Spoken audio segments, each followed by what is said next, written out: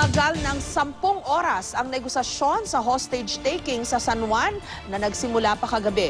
Pero sa huli, nasawi ang biktima maging ang hostage-taker. May report si June Veneracion.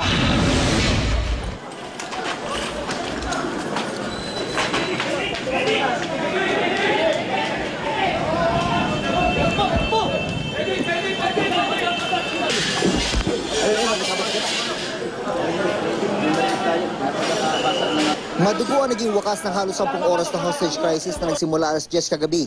Pauwi na raw sana ang gwardyang si Charlie Bain Aton mula sa kanyang duty nang makaalitan niya ang biktima at among si Attorney Sol Condenuevo. Maya-maya pa hinostage na ni Aton ang abogado matapos ang ilang sandali na magitan na ang mga pulis at nakipagnegosasyon sa suspect. Ipinatawag din ang kapatid at pinsan ng hostage taker. Huwag mo namang gagalawin, maawa ka. Kapatid mo ko. Pero. Maghahating gabi na ng tangkain ng SWAT na pasukin ang gusali pero nabigo sila. Nagpatuloy daw ang negosasyon. Humiling daw ang suspect ng tiket pa uwi sa Dipolog. Pero kalaunan, Pinapatawag niya unang-una si President Obama, tapos pangalawa si President Pinoy po. bandang alas 7:30 ng umaga. Umalingaw-ngaw na ang 2 putok ng baril mula sa loob ng gusali. Nagkabasag-basag din ang mga bintana. Sumugod na sa loob ang SWAT.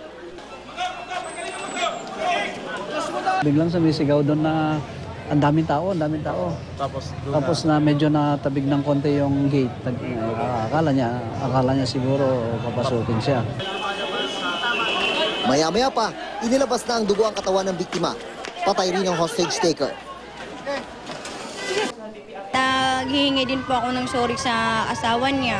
Sabi ko nga, bakit niya ginawa yun?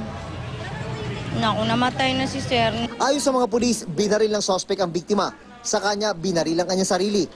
Problemado raw ang suspect matapos iwalayan ng kanyang nobya at malapit pang masibak sa trabaho. Pero sabi ng mga investigador, ang mitya ng pang-hostage ay may kinalaman sa hinahanap na susi ng kotse ng biktima. Paliwanag naman ng San Juan Police, wala silang clear shot, kaya hindi nila nasagip ang biktima. June Veneracion, GMA News.